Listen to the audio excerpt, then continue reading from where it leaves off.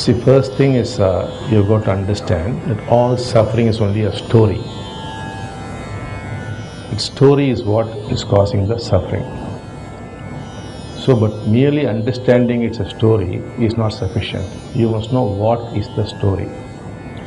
So you must stay with the suffering. That's the next stage. When you stay with the suffering will tell you its own story, which would be very surprising to you. You would not have expected that. For example, many years ago, I knew of a young man who was studying at IIT. He later on became a very big scientist. IIT, as you all know, has the cream of India. So, but while doing his physics there, he developed a tremendous amount of lust. So he began to do yoga. Lust would not go. Then he began to do many other things, but lust would not come under control. So this was the condition in which he was. So whatever he was trying, he could not control this lust, and that was affecting his academics.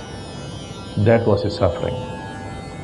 So when he was made to experience that suffering, first by making him stay with it, what happened was the story came out.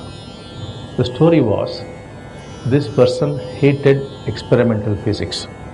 He was all in love with theoretical physics, but he was dead against experimental physics. He just had no inclination. He had love for mathematics and all the abstract concepts of physics. That was his fascination. And he would not like to waste his time on experimental physics. This dislike amounting to hatred for experimental physics manifested as lust. Whenever you are involved in some work which you do not like, which you hate, then lust becomes too much. Because then you are doing it for survival's sake, and you always have a fear of survival, because he knew that he might fail in experimental physics, which means he will fail in his MSc, which means he may not become the scientist that he wants to be, which means his survival is at stake. His whole survival is in becoming a great scientist. That was shaken. So when survival is threatened, lust would automatically go up. They have a close link. Lust and survival and security are closely linked. When that is threatened, it will automatically go up. Suppose you are playing in the share market and your shares are coming down, you will see the lust is going up.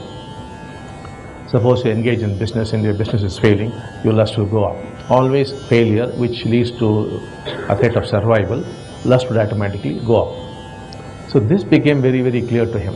And then he had the courage to stay with the suffering and then also experience it.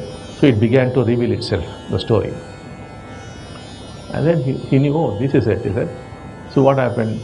He suddenly developed a love for experimental physics, because he knew that this lust was connected with this dislike for experimental physics. He said, okay, I'll put in a little more effort. And then he did that, and the lust disappeared. It came down to normal proportions. And of course, later on, he became a world-famous scientist also. So the story gets revealed. That's why we talk in terms of created problem and real problem. So whenever you tell us, this is our problem, we know that it is a created problem. The real problem is something else. So how to get there? Stay with it. First, understand everything is only a story. Because in reality, there can be no suffering. Because when you experience reality as it is, there's only joy, there's only bliss, there's only love, no matter what it is. But you do not experience reality because your mind is all the time interfering. And what is the mind? It is all the time judging, it is commenting. Why? Mind is nothing but the flow of thought. And what is thought? Thought is measurement. It compares yesterday with today, today with tomorrow, him with somebody else. All the time it's comparing. It is measurement. Thought is an instrument to measure, constantly measuring it is. So when you are measuring, suppose there is this vase, you must look at this vase, not be measuring it in terms of its color or size or shape. But this the mind is nothing but the flow of thought, and thought is from the past. And past is memory, and memory is dead. So death is flowing through you. And if you truly die to the past and to the future, psychologically if you would die to them, then you would live in the present. And there's great joy and bliss there. That's what we're trying to do to you. So now what happens is, if you're going to stay with suffering, mostly the story will be revealed. If that also does not reveal, then you can move into experiencing suffering, when the story will definitely be revealed. And not only that, there could be a charge. Now the staying with may give you the story, but it might not remove the charge. Now in this boy's case, what happened was, in the staying with, he came to know this story. Okay, I am hating experimental physics and all these things. But that was not the end of the story. Still there was that discomfort. So as he began to experience suffering, it became very clear to him that there was a remark by an uncle of his who was a big professor of physics in an American university, who, as a small boy, made a comment, only fools would do experimental physics. The greater your brains, you would move into theoretical physics. So there started the bias against experimental physics. So there was such a dislike for it. So he experienced that suffering there, and the charge went away. So to remove the charge, you have got to experience suffering.